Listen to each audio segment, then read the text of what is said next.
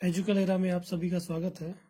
12th commerce subject हमारा accountancy लेखा शास्त्र और चैप्टर हमारा जो चल रहा है accounting for shares capital issue and forfeiture, अंशों का लेखांकन, निर्गमन एवं हरण। इस चैप्टर पर ये आज 25th नंबर का वीडियो है और इस वीडियो में हम अंश पूंजी का लेखांकन, निर्गमन एवं हरण से 18वें नंबर सवाल को लेंगे, जो आपके NCERT book page number 73 company खाते एवं वित्तीय विवरणों का विश्लेषण इस बुक से है। तो आपके एनसीईआरटी बुक सिलेबस की बुक से पेज नंबर 73 पे आप इस 18 नंबर सवाल को आप देख सकते हैं। तो आज हम इसी सवाल के हल को देखेंगे इस वीडियो के माध्यम से। तो टॉपिक हमारा जो है वो है अंशों का हरण एवं पुनर्निर्गमन। इसी विषय पर मैंने 24 नंबर का भी वीडियो बनाया हुआ है। उस वीडियो में 60 नंबर सवाल को आपने देखा। आज हम 80 नंबर सवाल को देखेंगे। तो 70 नंबर का सवाल जो है वो जैसे 16 है वैसे ही वो भी सवाल है, इसलिए मैंने उस 70 नंबर सवाल का वीडियो नहीं बनाया। मैं सीधे 80 नंबर के सवाल का वीडियो बना रहा हूँ आज। तो हम इस सवाल को देखते हैं, फिर इसके हल को देखेंगे। तो सवाल देखिएगा आप। ओरिएंट कंपनी लिमिटेड ने जनता में अभिदान के लिए 10 रुपए प्रत्येक अंश के 20,000 समता अंशों को 10% प्रीमियम पर निर्गमन किया। ओरिएंट कंपनी लिमिटेड है, पैसा प्राप्त करना चाहती है पूंजी के रूप में। कितने अंशों को निर्गमित कर रही है? 20,000 समता अंशों को निर्गमित कर रही है। 20,000 समता अंशों को निर्गमित कर रही है 10 रुपए प्रीमियम पर। अंकित मूल्य 10 रुपए।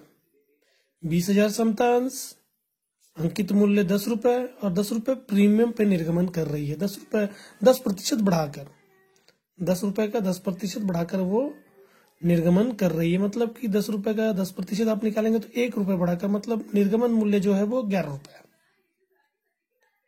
ठीक है। फिर लिखा है जिन पर आवेदन पर 2 रुपए, आवेदन पर 2 रुपए, जो ये 10 रुपए 11 रुपए जो है, निर्गमन मूल्य 11 रुपए जो है, उसको क्या कर रही है वो किस्तों पे मंगा रही है। आवेदन पर 2 रुपए, आवंटन पर प्रीमियम सहित, आवंटन पर प्रीमियम सहित 4 रुपए, मतलब 1 रुपए प्रीमियम का, 1 रुपए प्रीमियम का और 3 रुपए अंकित मूल्य, 3 रुपए अंकित मूल्य और 1 रुपए प्रीमियम का। आवंटन पर प्रीमियम सहित 4 रुपए, प्रथम मांग पर 3 रुपए और द्वितीय एवं अंतिम मांग पर 2 रुपए। देखेंगे आप, आवेदन 2, आवंटन 4, प्रथम याचना 3 और द्वितीय याचना 2। तो 2 4 6, 6 3 9 और 9 2 11। ठीक है। अब आगे सवाल बोलता है 26,000 अंशों के लिए आवेदन प्राप्त हुए, ओवर सब्सक्रिप्शन अधिअभिदान। आप देखेंगे 20,000 अंशों को निर्गमित किया जा रहा है, मगर आवेदन कितने आ गए? 26,000 अंशों के लिए आवेदन आ गए। तो यहां पर कौन सा मैटर आता है? ओवर सब्सक्रिप्शन, मतलब अधिअभिदान आ रहा है।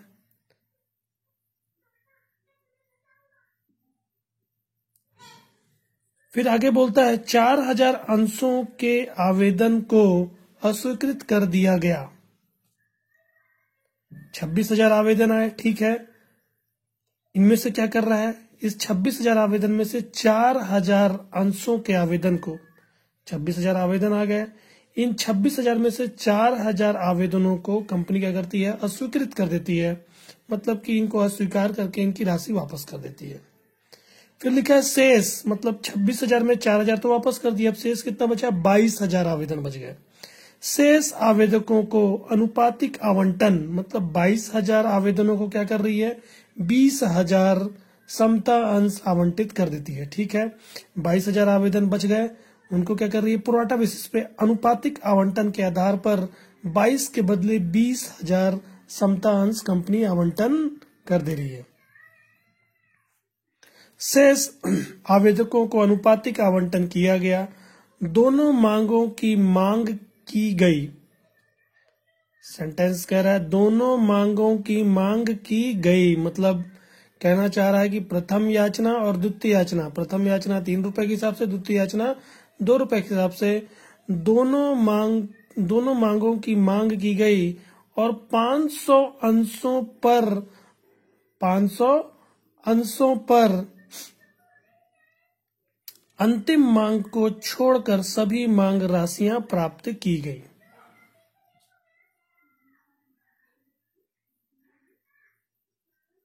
ठीक है, दोनों मांगों की मांग की गई और 500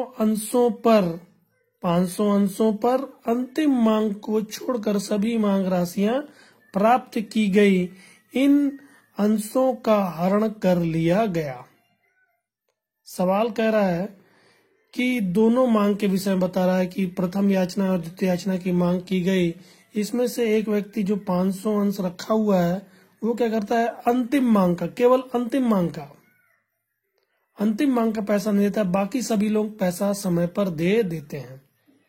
तो अंतिम मांग पर, केवल अंतिम मांग पर क्या हो रहा है, एक व्यक्ति जो 500 अंश रखा है वही पैसा नहीं दे रहा है, तो अंतिम मांग पर हमको अवशिष्ट याचना आएगा। बाकी सभी का, आवेदन का, आवंटन का और प्रथम याचना का सभी लोग पैसा दे रहे हैं। जब अंतिम मांग में होता है तो वहां पर केवल 500 अंश एक व्यक्ति रखा, वो केवल उसका नहीं दे रहा है। तो हम देखेंगे इसकी प्रविष्टि। फिर लिखा इन अंशों का हरण कर लिया गया, मतलब ये पैसा जो नहीं दे रहा अंतिम मांग पर, इन अंशों का यानी 500 अंशों को हरण कर लिया। कंपनी के निदेशक मंडल ने क्या किया, इनके अंशों को हरण कर लिया, जब्त कर लिया। हरण किए गए में से 300 अंशों को 9 रुपए प्रति अंश पर पुनः निर्गमन किया गया। आगे सवाल कह रहा है कि ये जो 500 अंश हरण किए गए थे, इनमें से 500 में 300 अंशों को 9 रुपए प्रति अंश पर पुनः निर्गमन किया गया।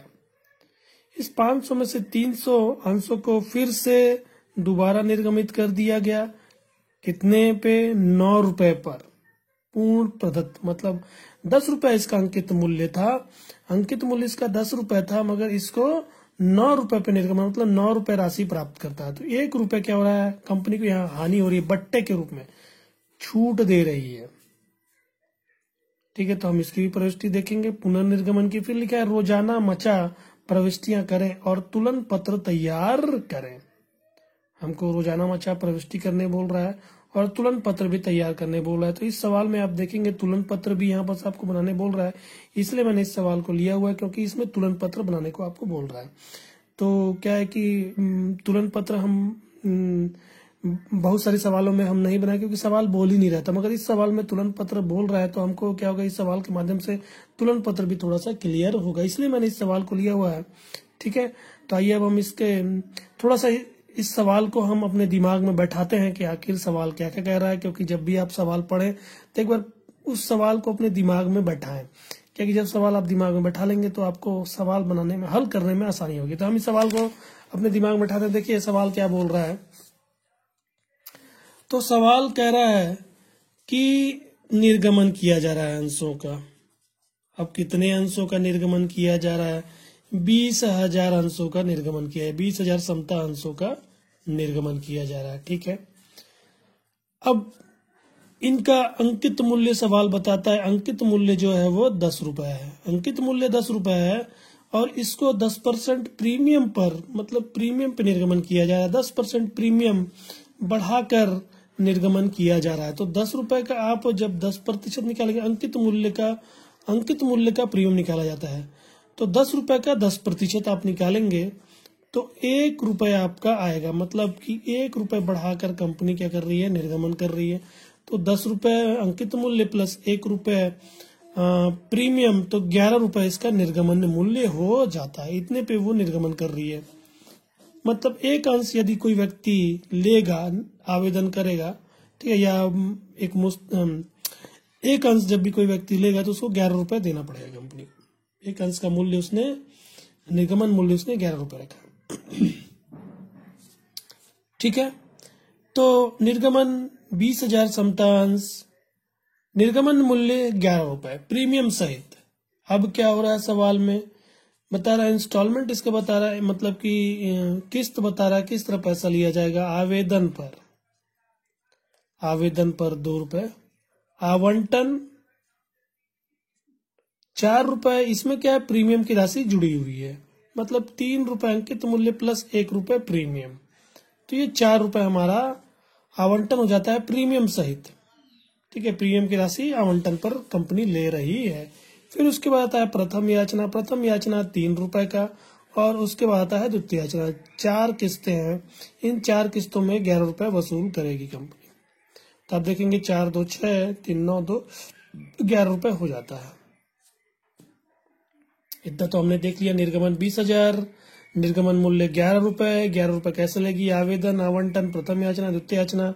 आवेदन 2 रुपए का, आवंटन 4 रुपए का, प्रथम याचना 3 रुपए का, द्वितीय याचना 2 रुपए का। तो याद रखिए आप 2 4 3 2, 2 4 3 2। अब आगे सवाल क्या बोलता है, सवाल बोलता है कि 26,000 के लिए आवेदन आ गया। 26,000 के लिए लोगों ने, 26,000 अंशों के लिए लोगों ने आवेदन कर दिया। ठीक है, जबकि निर्गमन कितना किया जा रहा है, 20,000 किया जा रहा है। 20,000 जितना कंपनी अंशों का निर्गमन करती है उतने ही अंशों को वो आवंटित कर सकती है। 20,000 निर्गमन कर रही है तो वो 20,000 अंश को ही आवंटित कर पाएगी, लोगों को दे पाएगी। तो लोगों ने क्या किया, 6,000 ज्यादा आवेदन कर दिया। तो कंपनी क्या कर रही है, इसके लिए कैसे निदान कर रही है, तो 4,000 इस 26,000 में से 4,000 अंशों को अस्वीकृत कर दे रही है। बोल रही कि इनको हम नहीं दे पाएंगे। अस्वीकृत करके इनकी राशि जितनी भी होती है 4,000 पे 2 रुपए के हिसाब से, आवेदन 2 रुपए का, 8,000 रुपए इनका होता है, 8,000 रुपए वापस कर देगी। ठीक है, अब बाकी बचते हैं 26,000 में 4,000 का तो निदान कर दी वो।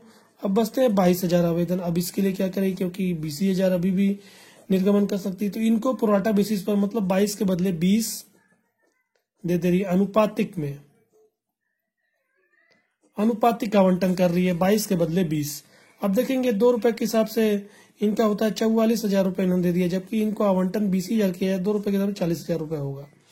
तो कितना ज्यादा हो गया, 4,000 रुपए कंपनी के पास अनुपातिक आवंटन के कारण 4,000 रुपए अभी भी ज्यादा बचा हुआ है। तो इसको क्या कर रही कंपनी, सवाल हमको बोलता है कि इसका एडजस्टमेंट किया जाएगा, समायोजन किया जाएगा कहाँ पास, आवंटन में। हम इसको आवंटन में समायोजित करेंगे। तो ये भी हमने देखा 26,000 आवेदन आ गए, उसमें से 4,000 को वापस कर दिया गया, बाकी 22,000 आवेदनों को अनुपातिक आवंटन के आधार पर 20,000 दे दिया गया। इनका अधिकतम जो होगा वो आवंटन पर समायोजित किया जाएगा। ठीक है, अब आगे, ठीक ना, आवेदन हो गया, आवंटन पर भी क्या करेगी, समायोजित कर लेगी कंपनी, धीरे धीरे सबका पैसा मांगती जाएगी। तो आवेदन हो गया, आवंटन का पैसा मांगी, प्रथम याचना का पैसा मांगी, इन दोनों का पैसा सभी को दे दिए। जब कंपनी द्वितीय याचना पे पहुंचती है, जब इनका पैसा मांगती है, दोनों मांगों का पैसा मांगती है, तो इसका तो सभी लोग पैसा दे रहे हैं। जब द्वितीय याचना का पैसा मांगती है तो उसमें क्या होता है, एक व्यक्ति जो 500 अंश रखा वो क्या कर रहा है, द्वितीय याचना का नहीं दे रहा है पैसा, द्वितीय याचना की राशि वो नहीं दे रहा है।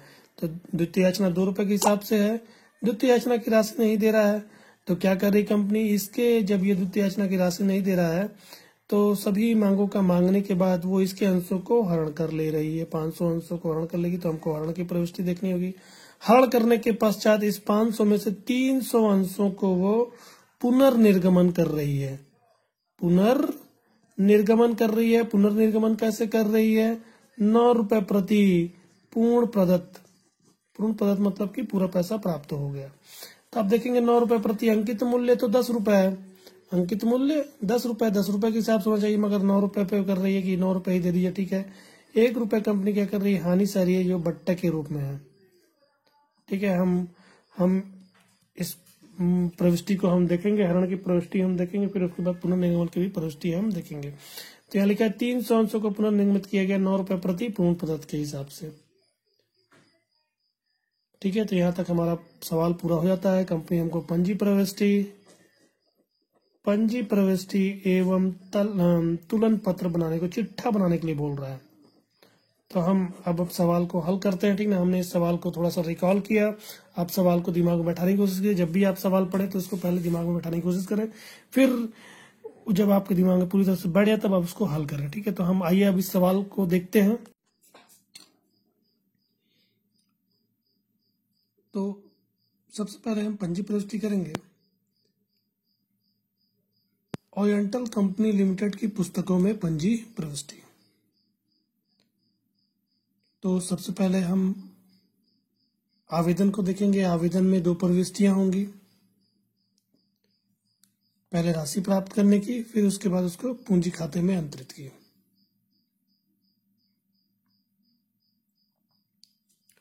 ठीक है, तो आवेदन कितने अंशों के लिए हो गया? आवेदन जो है वो 26,000 आवेदन किए गए लोगों के द्वारा ₹2 के हिसाब से, आवेदन राशि ₹2 की है, ₹2 के हिसाब से 52,000 रुपये प्राप्त किया जाएगा। 52,000 रुपीज प्राप्त किया जाएगा आवेदन के समय। तो पहले प्रविष्टि कंपनी करेगी, जितने अंशों के लिए आवेदन हुए उतने अंशों के लिए वो उतने आवेदनों से वो क्या करेगी, पहले प्रविष्टि करेगी। पहले बताएगी कि 52,000 रुपीज आ गया।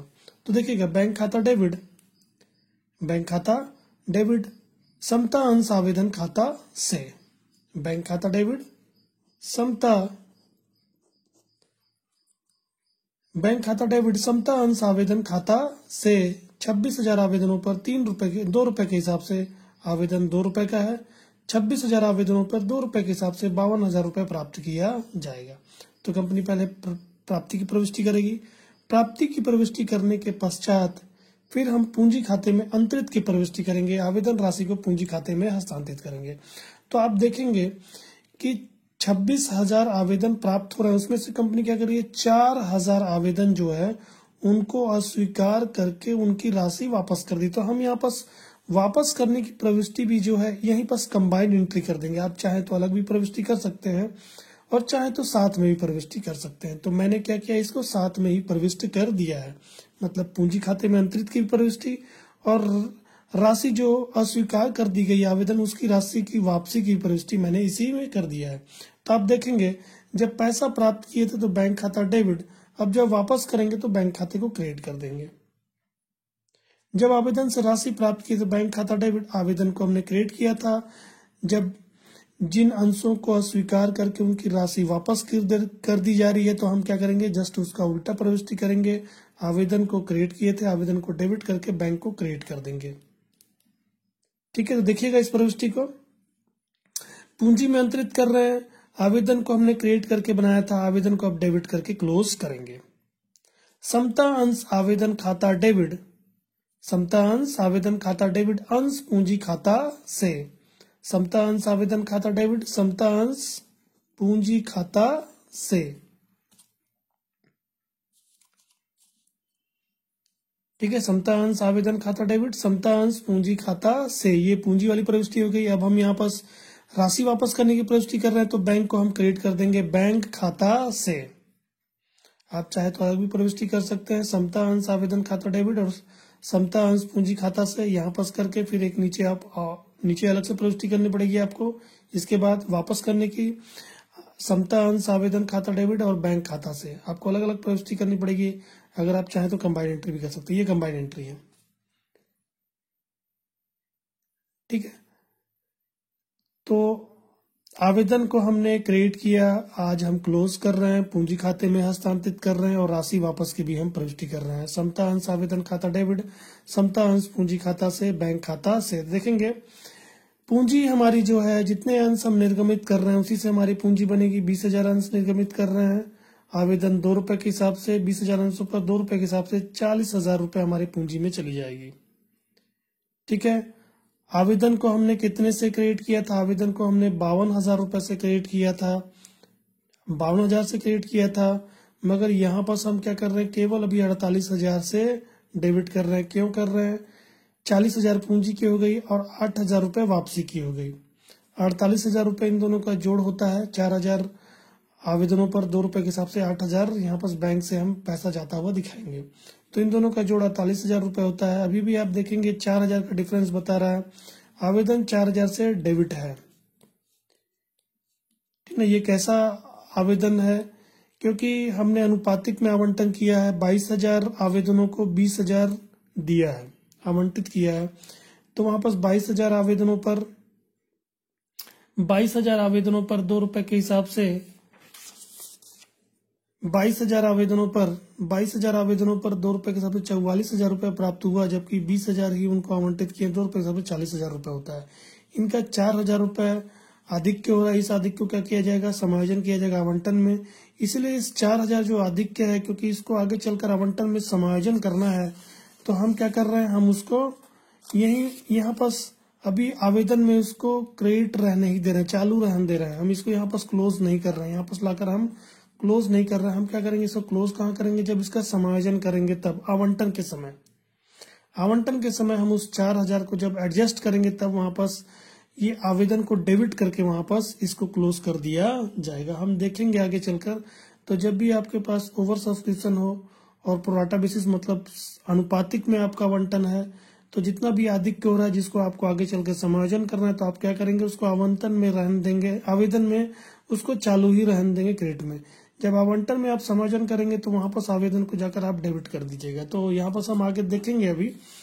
तो क्या हुआ कि 4,000 जो आधिक्य है उसको हम क्रेडिट करके आवेदन में भी चालू ही रहने दे रहे हैं, पूरा क्लोज हम नहीं कर रहे हैं। तो ये हमारा आवेदन की 2 प्रविष्टियां होंगी, प्राप्त करने की और पूंजी में हस्तांतरित की। प्राप्त पूरी से दिखाएंगे, जितना हमको आवेदन प्राप्त हो पूरे से पैसा प्राप्त करेंगे। फिर जब हम पूंजी में हस्तांतरित करेंगे तो पूंजी जितने से 20,000 अंशों पर निर्गमन किया गया है, 2 रुपए के हिसाब से हमारी पूंजी बनेगी। और यदि कुछ राशि वापस कर रहे हैं तो आप बैंक से उसको क्रेडिट करके राशि वापस हम कर देंगे। तो यहाँ पर 4,000 आवेदनों को स्वीकार करके उनकी राशि वापस भी की जा रही, तो हम यहीं पर पूंजी के साथ उसकी प्रविष्टि कर देंगे। तो ये हमारा आवंटन का हो गया। 20,000 अंशों पर 2 रुपए प्रत्येक आवेदन राशि पूंजी खाता में अंतरित एवं 4,000 अस्वीकृत आवेदनों की आवेदन राशि वापस किया गया। तो ये हमारा आवेदन हो गया। अब हम चलते हैं आवंटन में। तो आवंटन को थोड़ा सा हम रिकॉल करते हैं, क्योंकि यहाँ पर प्रीमियम वाला सवाल है और प्रीमियम को हमको कहाँ लेने बोल रहा है, आवंटन में लेने बोल रहा है। 1 रुपये हमारा प्रीमियम है, 3 रुपये हमारा अंकित मूल्य है। 4 रुपए से हमारा आवंटन बन रहा है, जिसमें 1 रुपये प्रीमियम है और 3 रुपये अंकित मूल्य है। तो प्रीमियम की प्रविष्टि हमको आवंटन में करना होगा।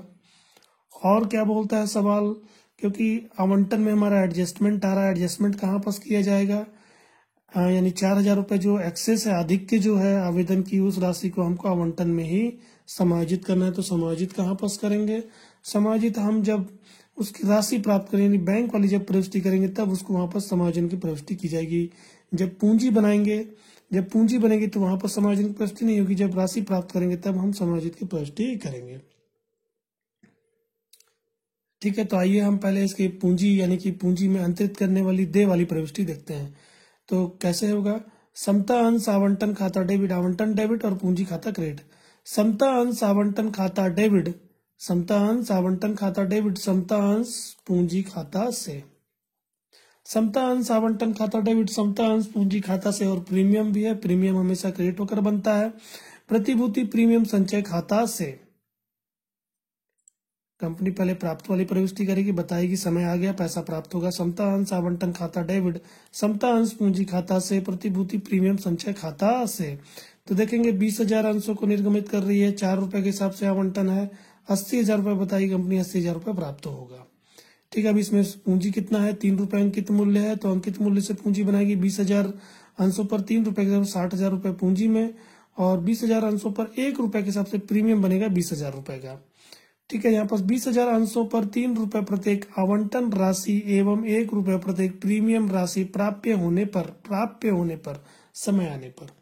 कंपनी ने प्राप्य की प्रविष्टि कर दी, मतलब दे कर दिया कि अब समय आ गया है आवंटन की राशि प्राप्त करने का। लोगों से पैसा मांगेगी, अब लोग क्या करेंगे, पैसा देंगे। तो 60,000 रुपये प्राप्त करना है, 80,000 रुपये प्राप्त करना है। उसमें से क्या है, 4,000 रुपये पहले से आधिक्य का पड़ा हुआ है। 22 अनुपातिक में आवंटन है, 4,000 रुपये पहले से ही उनका आधिक्य के रूप में है। 22,000 आवेदनों के लिए 20,000 आवंटन किया गया, 4,000 रुपये उनका आधिक्य है।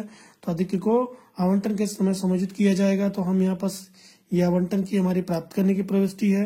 तो थोड़ा सा हम इसके कैलकुलेशन को देख लेते हैं। तो देखिएगा इसके कैलकुलेशन को, ये हमारा आवेदन की राशि थी 26,000 आवेदन पर ₹2 के हिसाब से 52,000 रुपए। ठीक है, इसकी प्रविष्टि हमने देख लिया। स्वीकार कितना किया, वापस 4,000 आवेदनों को स्वीकार कर रहे हैं, ₹2 के हिसाब से 8,000 रुपए की राशि वापस कर दी, उसकी भी हमने प्रविष्टि देख ली। अब अनुपातिक में देखिएगा आप, अनुपातिक आवंटन 26,000 के लिए लोगों ने आवेदन किया था, 52,000 रुपए भेज दिया। ठीक है, 4,000 को अस्वीकार करके ₹2 के हिसाब से उनकी राशि भी वापस कर दी, तो 52,000 में से 8,000 रुपए वापस कर दिया। अभी 44,000 रुपए बचा हुआ है। अब ये 44,000 किसका है, 22,000 आवेदनों का है। ₹2 के हिसाब से आप देखेंगे तो 44,000 22,000 आवेदनों का है। अब इनको क्या करें, अनुपातिक में 22 के बदले 20 दे रही है कंपनी, यानी 22,000 आवेदन है। ठीक है, उनको 20,000 क्या दिया जा रहा है, आवंटित कर दिया जा रहा है अनुपातिक में।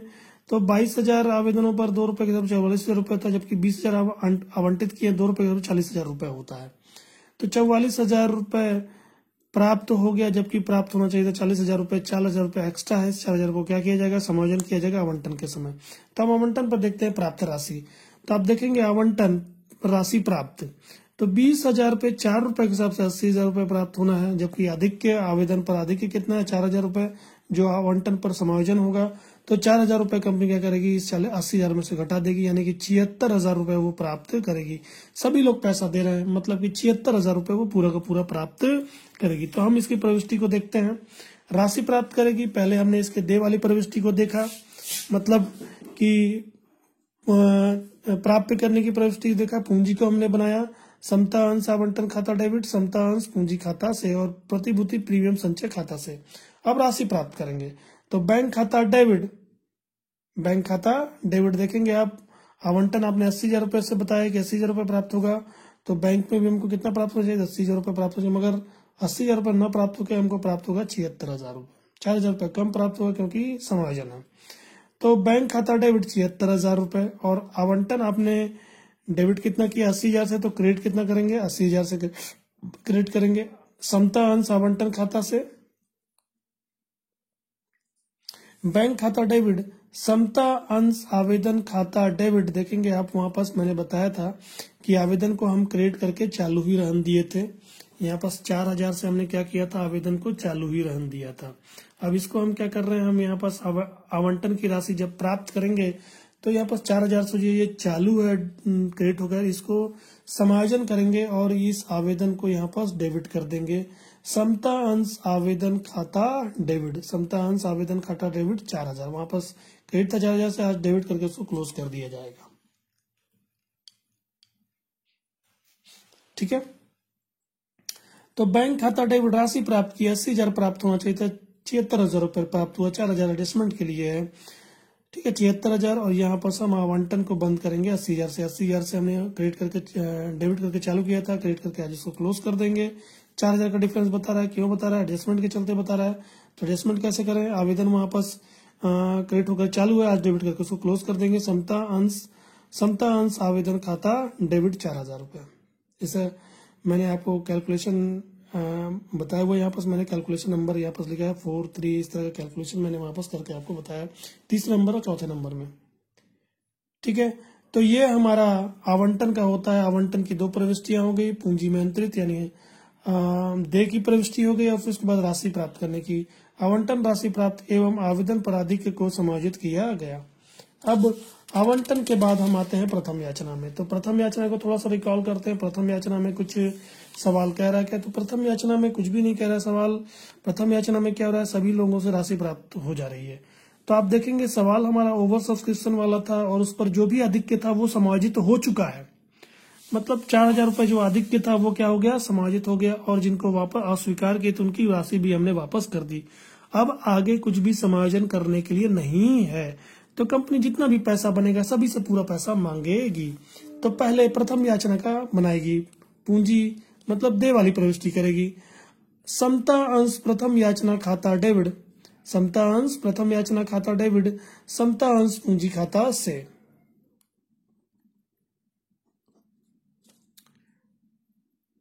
ठीक है, तो क्या है कि समता मैंने यहाँ पास नहीं लिख पाया था, सभी मेरे समता छूट गए, तो आप समता अंश यहाँ पास लगाते जाइएगा, इसलिए मैं समता अंश बोल रहा हूँ। ठीक है, क्योंकि सवाल में दिया हुआ कि समता अंश निर्गमित किए जा रहे हैं, तो जब भी समता अंश निर्गमित किए जा रहा है तो आपको क्या करना होता है कि यहाँ पर समता अंश लिखना पड़ता है। तो समता अंश प्रथम याचना खाता डेबिट, प्रथम याचना को डेबिट करेंगे, पूंजी क्रिएट करेंगे, पूंजी बन रही है। समता अंश प्रथम याचना खाता डेबिट, समता अंश पूंजी खाता से। याचना डेबिट, प्रथम याचना डेबिट और पूंजी खाता क्रेडिट। पूंजी बनती है हमेशा क्रेडिट होकर, ठीक है। पूंजी डेबिट होगी, पूंजी क्रेडिट होगी तो डेबिट कौन होगा? प्रथम याचना, क्योंकि प्रथम याचना पे अभी हम पहुंचे हैं। तो समता अंश प्रथम याचना खाता डेबिट, समता अंश पूंजी खाता से। तो 20,000 अंशों पर प्रथम याचना 3 रुपए के हिसाब से देखेंगे आप, 2 4 3 2, 2 4 3 2, 2 रुपए आवेदन का, 4 रुपए आवंटन का, 3 रुपए प्रथम याचना का। 3 रुपए के हिसाब से 60,000 रुपए होता है, कंपनी बताएगी। समय आ गया, 60,000 रुपए प्राप्त होगा। 20,000 अंशों पर 3 रुपए प्रति प्रथम याचना राशि प्राप्य होने पर, समय आने पर। अब राशि प्राप्त करेंगे, ठीक है। तो राशि प्राप्त करेंगे पूरा 20,000, क्योंकि सभी लोग पैसा दे रहे हैं, सभी लोग पैसा दे रहे हैं। अवशिष्ट याचना मतलब, अवशिष्ट याचना सवाल में आप देखेंगे अवशिष्ट याचना के विषय में बताया कि एक 500 अंश एक व्यक्ति रखा है, वो क्या कर रहा है? द्वितीय याचना का पैसा नहीं दे रहा है। प्रथम याचना में सभी लोग पैसा दे रहे हैं, ठीक है। प्रथम याचना पर सभी लोग पैसा दे रहे हैं। तो हम देखते हैं पूरी राशि प्राप्त होगी। बैंक खाता डेबिट, 60,000 रुपए कंपनी ने बताया, 60,000 रुपए प्राप्त होगा। पूरी राशि प्राप्त हो रही है। बैंक खाता डेबिट, समता अंश प्रथम याचना खाता से। बैंक खाता डेबिट, समता अंश प्रथम याचना खाता से 60,000 रुपए, 60,000 रुपए पूरा पैसा प्राप्त होगा। 20,000 अंशों पर 3 रुपए के हिसाब से 60,000 रुपए पूरा प्राप्त होगा। तो 20,000 अंशों पर 3 रुपए प्रत्येक प्रथम याचना राशि प्राप्त, पूरी राशि प्राप्त कर ली गई, ठीक है। प्रथम याचना में कुछ भी विशेष नहीं था, पूरी राशि प्राप्त कर ली जा रही है। तो पहले पूंजी को बनाएंगे, फिर उसके बाद राशि प्राप्त कर लेंगे।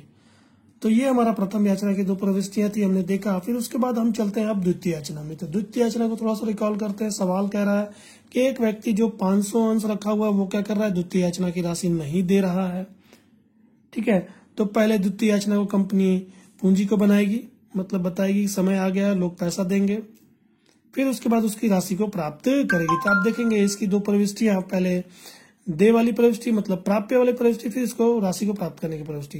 तो ऐसे द्वितीय याचना खाते को डेबिट करेंगे और पूंजी खाते को क्रेडिट कर दिया जाएगा। द्वितीय याचना डेबिट और पूंजी खाता क्रेडिट। तो अंश, समता अंश द्वितीय व अंतिम याचना खाता डेबिट, समता अंश द्वितीय व अंतिम याचना खाता डेबिट, समता अंश पूंजी खाता से। 20,000 अंशों पर 2 रुपए के हिसाब से कंपनी बताएगी 40,000 रुपए प्राप्त होगा। अभी उसने पूंजी बनाई है, प्राप्त नहीं हुआ है पैसा। इसके बाद जब प्राप्त होगा तब वहां पर हम उसकी प्राप्ति की प्रविष्टि देखेंगे। अभी पूंजी बन रही है, दे की प्रविष्टि है, ठीक ना। याचना डेबिट होकर पूंजी खाता क्रेडिट होगा।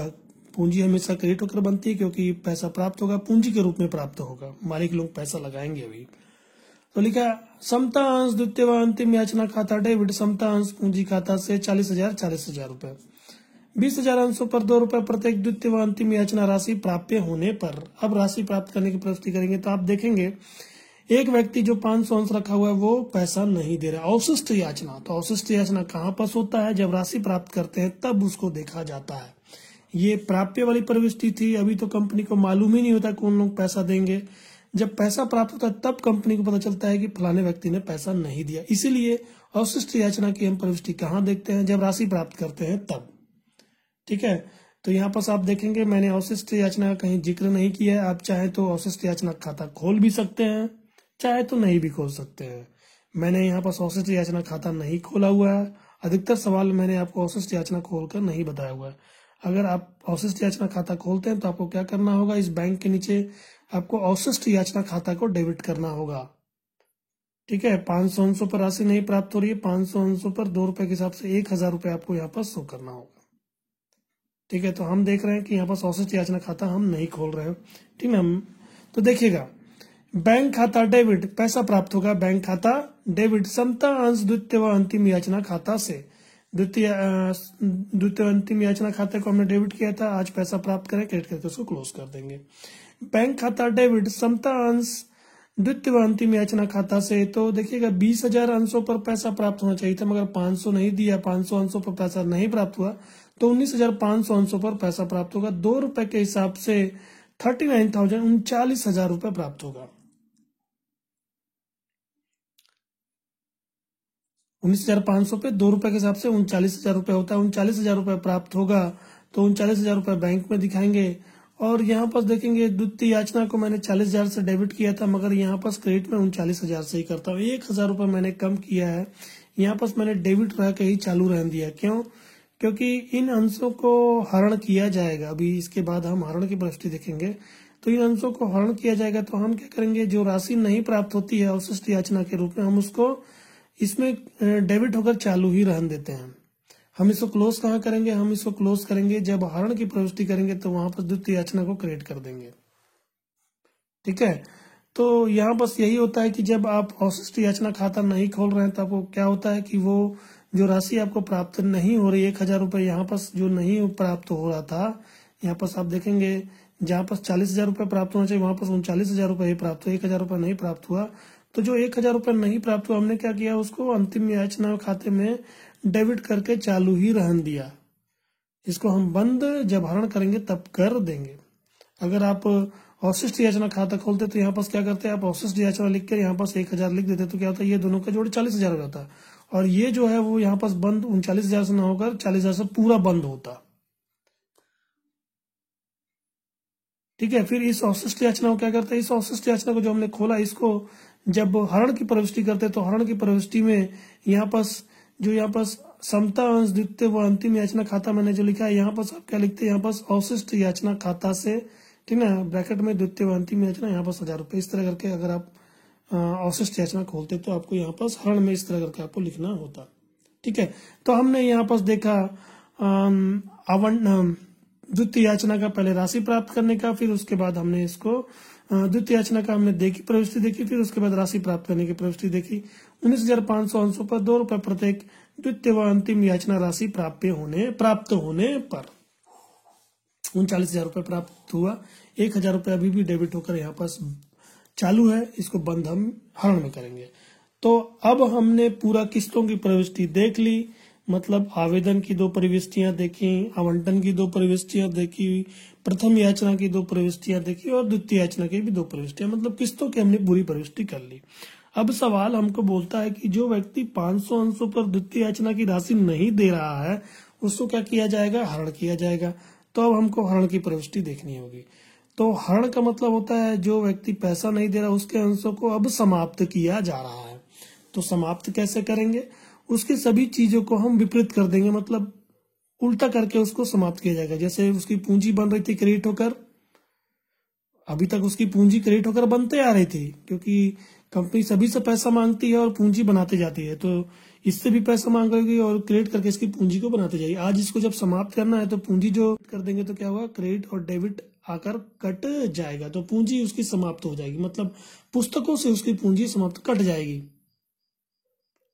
ठीक है, तो हम हरण की प्रविष्टि देखते हैं। देखेंगे आप, पहले पूंजी को डेबिट किया जाता है, अभी तक पूंजी क्रेडिट हो रही थी, अब डेबिट करके उसको बंद कर देंगे।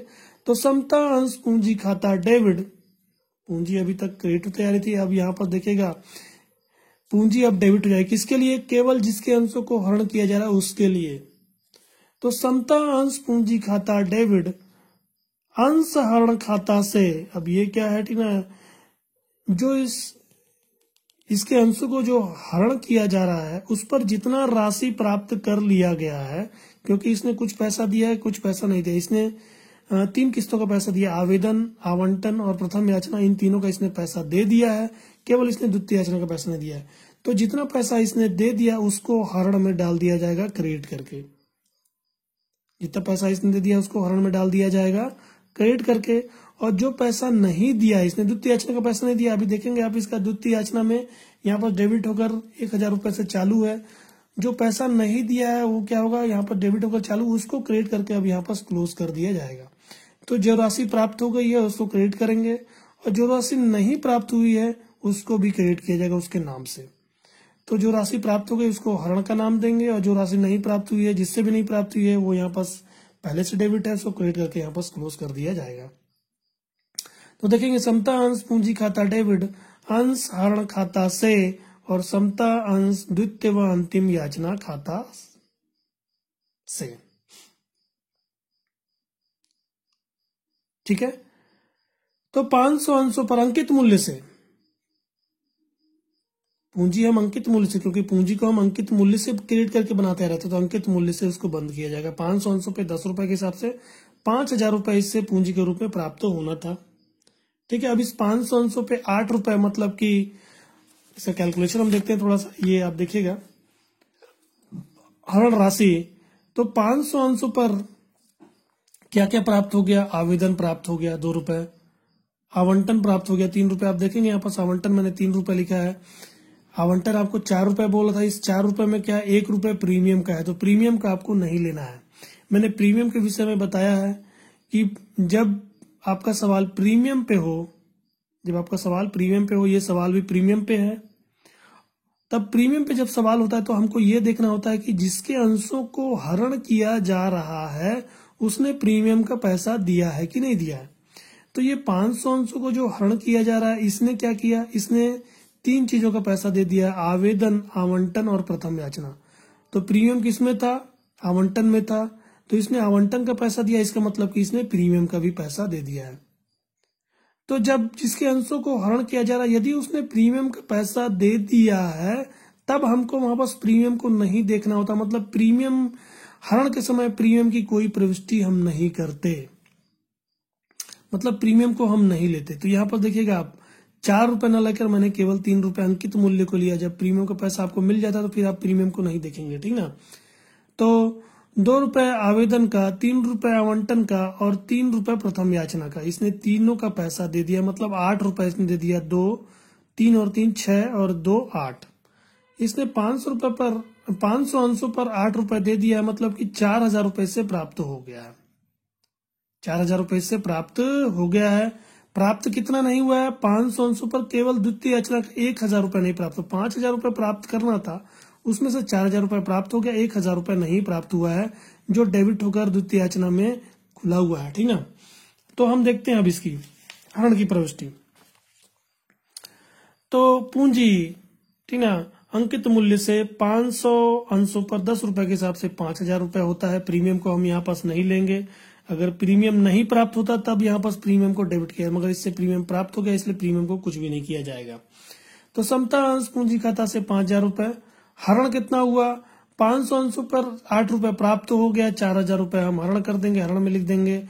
और 500 अंशों पर 2 रुपए हमको नहीं प्राप्त हुआ है, तो 2 रुपए के हिसाब से 1,000 रुपए होता है, जो द्वितीय याचना में। आप देखेंगे पहले से यहाँ पर डेबिट है, हमने इसको आज क्लोज कर दिया है। इसलिए मैंने बताया था कि मैं अवशिष्ट याचना में इसको न डाल के इसको क्या करूंगा, द्वितीय याचना खाते जो राशि नहीं प्राप्त हुई द्वितीय याचना की, उसको डेबिट करके चालू ही रहने दूंगा। इसको क्लोज हम कर देंगे जब हरण करेंगे तब। 500 अंशों को हरण किया गया, तो ये हमारी हरण की प्रविष्टि थी। अब इसके बाद सवाल बोलता है कि इन 500 अंश हरण किए गए थे, उसमें से 300 अंशों को पुनर्निर्गमित कर दिया गया, वो भी कितने में? 9 रुपए प्रत्येक, मतलब 9 रुपए पे, जबकि अंकित मूल्य उसका 10 रुपए था, 10 रुपए प्राप्त होना चाहिए था, मगर 9 रुपए में कर दिया गया। कंपनी 1 रुपए हानि सह रही है, और ये किस रूप में? बट्टे के रूप में, मतलब बट्टा दे रही है। तो क्या होता है कि जब पुनर्निर्गमन किया जाता है, यदि पुनर्निर्गमन बट्टा पे, क्योंकि पुनर्निर्गमन बट्टे पे किया जा सकता है, ठीक है, आपने पढ़ा है कि कंपनी अधिनियम 2013 के अनुसार जो अंश होते हैं, ठीक ना, उनको क्या किया जाता है? बट्टे पे निर्गमन नहीं किया। कंपनी अधिनियम 2013 के अनुसार अंशों को बट्टे पे निर्गमन नहीं किया जाता, मगर जब पुनर्निर्गमन होता है तब वहां पर बट्टे पे किया जा सकता है, ठीक है। तो ये जो बट्टा हानि हो रही है उसको कहां से कवर किया जाएगा? तो जब पुनर्निर्गमन करती है और हानि हो रही है, तो इस हानि को वो हरण से कवर करती, मतलब कि इससे उसको समायोजित करती है। अपना जो नुकसान हो रहा है उस नुकसान की भरपाई किससे करती है? जो पैसा उसने हरण से, मतलब कि इन्हीं 500 अंशों में से ही पुनर्निर्गमित किया जा रहा है। तो इन 500 अंशों में तो 4,000 रुपए प्राप्त हो चुका है, तो 4,000 रुपए कंपनी के पास तो आ ही गया था, 5,000 आना चाहिए था, मगर 4,000 रुपए तो आ ही चुका है। तो 4,000 जब आ चुका है, बस केवल 1,000 रुपये नहीं आया था, जिसके चलते क्या हुआ, 500 का आपने हरण कर लिया। अब ये 4,000 रुपये को क्या करना चाहिए था आपने, उसके जब हरण कर लिया तो 4,000 रुपये लौटा देना चाहिए था, मगर कंपनी जो हरण का पैसा होता है उसको लौटाती नहीं है, उसको अपने पास जब्त करके रखती है।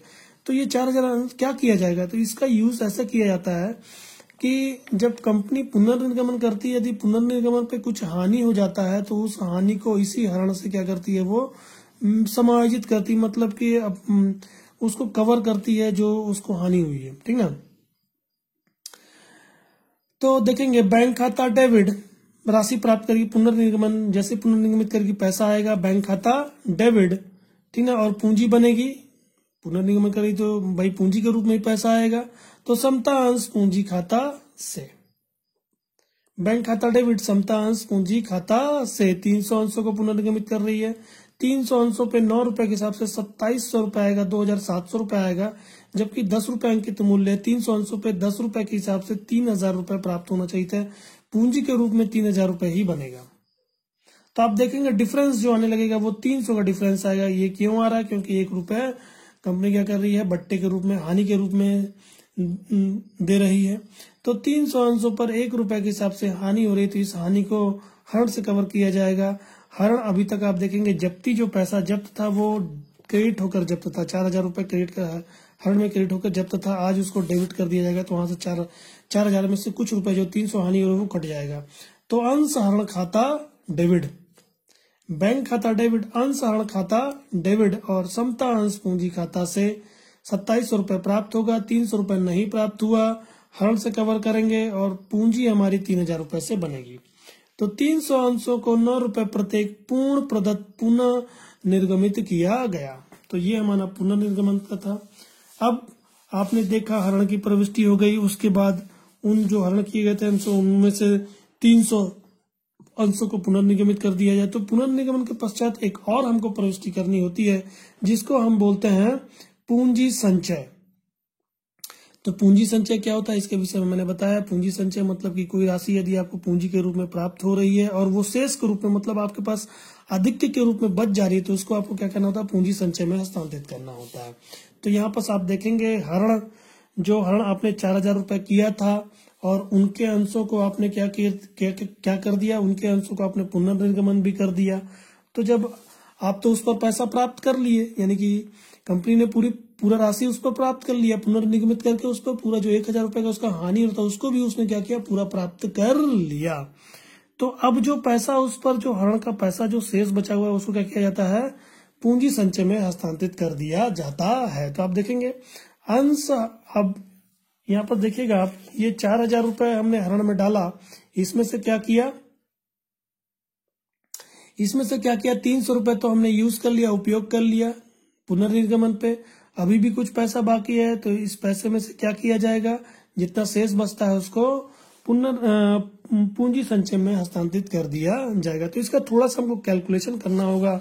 क्यों कैलकुलेशन करना होगा, क्योंकि 500 अंश आपने हरण किया, जब्त किया, मगर पूरे का पूरा 500 अंशों को पुनर्निर्गमित नहीं किया, केवल 300 अंशों को पुनर्निर्गमित किया है। तो 300 अंशों की राशि को हमको केवल देखना होगा। इस 500 अंशों की जो हरण राशि उसको नहीं देखेंगे हम 300 अंशों की जो हरण राशि उसको हमको कैलकुलेशन करके निकालना होगा। तो हम देखते हैं, देखिएगा पूंजी संचय के लिए कैलकुलेशन। 500 अंशों को आपने हरण किया, 8 रुपए प्राप्त कर चुके थे, उस पर आपने हरण किया 4,000 रुपए, कंपनी ने हरण किया 4,000 रुपए। अब ये 4,000 किसका है, 500 अंशों के लिए हरण राशि है। तो क्योंकि 300 अंशों को पुनर्निर्गमित किया है, तो हमको देखना होगा कि ये 4,000 में से 300 अंशों का कितना पैसा होता है। तो ये 4,500 के लिए है, तो 4,000 को 500 से भाग देकर 300 से गुणा कर दिया जाएगा। तो आपका निकलता है 2,400 रुपए। ये 24, इस 4,000 में से 2,400 रुपए, 2,400 जो है वो 300 के लिए, 300 की हरण राशि है।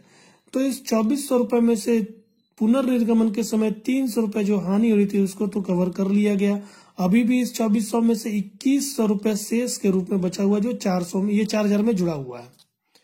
2,100 रुपए यहाँ पर शेष के रूप में बचा हुआ, 2,100 रुपए शेष के रूप में बचा, यही पूंजी संचय है जो पूंजी संचय खाते में हस्तांतरित की जाएगी। तो हम इसको अब पूंजी संचय खाते में हस्तांतरित करते हैं। तो आपने आपने इसे कैलकुलेशन को देखा, तो अब हम पूंजी संचय करते हैं। अंश ऋण खाता, हरण अभी तक हरण क्रेडिट होकर चालू था, अब डेबिट करके उसको क्लोज कर देंगे, क्योंकि इसको समाप्त करके हम पूंजी संचय में हस्तांतरित कर रहे हैं। तो अंश ऋण खाता डेबिट और पूंजी संचय खाता से 2100 8वें नंबर कैलकुलेशन में आप इसके कैलकुलेशन को देख सकते हैं, ठीक ना। तो ये हमारा पूरा सवाल था। मैंने आपके इसके पंजी प्रविष्टि को बताया। सवाल में आपको पंजी प्रविष्टि के साथ इसका चिट्ठा भी बनाने को बोल रहा है, तो हम इस सवाल में चिट्ठा भी देखेंगे। तो आपने पंजी प्रविष्टि को भी देखा, अब हम इसके चिट्ठा को देखते हैं। तो ये इसका मैंने चिट्ठा बना के रखा हुआ है, ठीक है। चिट्ठा ये हमारा अनुसूची 3 कंपनी अधिनियम 2013 के अनुसूची 3 के अनुसार ये चिट्ठा है। वर्टिकल फॉर्म में, मतलब कि आप ऊपर दायित्व देखेंगे और नीचे संपत्तियां देखेंगे, ये वर्टिकल है, ठीक है, इस तरह खड़े में है, ठीक है। अधिकतर हम जो चिट्ठा बनाते थे वो क्या बनाते, क्षैतिज बनाते थे, मतलब इधर दायित्व तो इधर संपत्ति होती थी, मगर ये अनुसूची 3 के अनुसार है। इसके आगे का चैप्टर जब हम ऋण पत्रों के बाद एक चैप्टर हमारा जो आएगा वो है कंपनी के वित्तीय विवरण। वहां पर हम देखेंगे इसके पूरे चिट्ठे को वहां पर बनाकर बताया हुआ, हम उस चैप्टर में पूरे चिट्ठे को देखेंगे। यहाँ पर हम जो चिट्ठे में जो मद लिखेंगे केवल इस सवाल से संबंधित मदों को ही लिखा जाए, क्योंकि इसमें बहुत सारे मद आते हैं, पूरे मद को हम नहीं देखेंगे, केवल सवाल से संबंधित जो मद है हम वो देखते हैं। तो पहला ऊपर देखेंगे आप, ये इसका मेन बैलेंस शीट है, यानी कि मुख्य भाग है। उसके नीचे हमको इसका नोट बनाना पड़ता है, मतलब कि जो कैलकुलेशन किया गया उस नोट में हमको दर्शाना पड़ता है। इस नोट के माध्यम से कैलकुलेशन में हम यहाँ पास नोट में लिखते हैं 1 number calculation, 2 number calculation, 3 number, जहां पर भी यहाँ पास आप कैलकुलेशन करेंगे उसका नंबर आपको यहाँ पर डालना होता है। तो आप देखेंगे इसका कॉलम देखिएगा, विवरण नोट राशि, मतलब विवरण लिखेंगे यहाँ पास, और ये नोट जो नीचे हमने नोट किया वहां पर नोट नंबर इसमें लिखा जाएगा और राशि यहाँ पर लिखा जाएगा, ठीक है। तो ये इसका नोट है। अभी मैं मेन पार्ट को बताता हूँ, फिर उसके बाद इसके नोट को हम देखेंगे। तो आप देखिएगा ऊपर लिखा है, पहले यहाँ पर पहला लिखा है समता एवं देयताएं, मतलब कि इक्विटी एंड लायबिलिटीज, ठीक है। समता एवं देयताएं, इक्विटीज एंड लायबिलिटीज, इसमें पहला आता है अंशधारी निधि, मतलब अंशधारियों का निधि, फंड।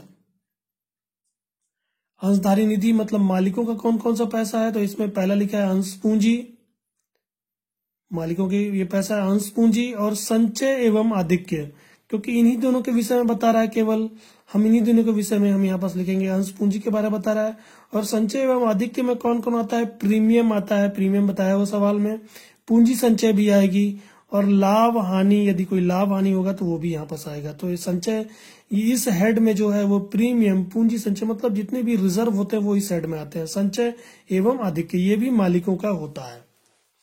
तो ये दोनों किसके हेडिंग में आते हैं, अंशधारी निधि के अंतर्गत आते हैं। तो हमको सवाल में इन्हीं दोनों केवल दिया है, तो हम इन्हीं दोनों को हमको लिखना होगा। अंशधारी निधि, समता एवं दायित्व पहला नंबर अंशधारी निधि, ठीक है, अंश पूंजी, और खा नंबर पे संचय एवं आधिक्य।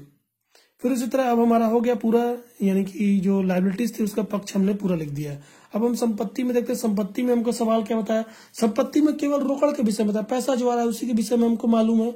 तो यहाँ पर हम यहाँ पर लिखेंगे संपत्तियां, और इसमें पहला चालू संपत्ति। इस सवाल में हमको केवल चालू संपत्ति के विषय मालूम है, कौन सा, वो भी रोकड़ है, रोकड़ तुल्य, ठीक ना, रोकड़ एवं रोकड़ तुल्य, कैश एंड कैश इक्विवेलेंट।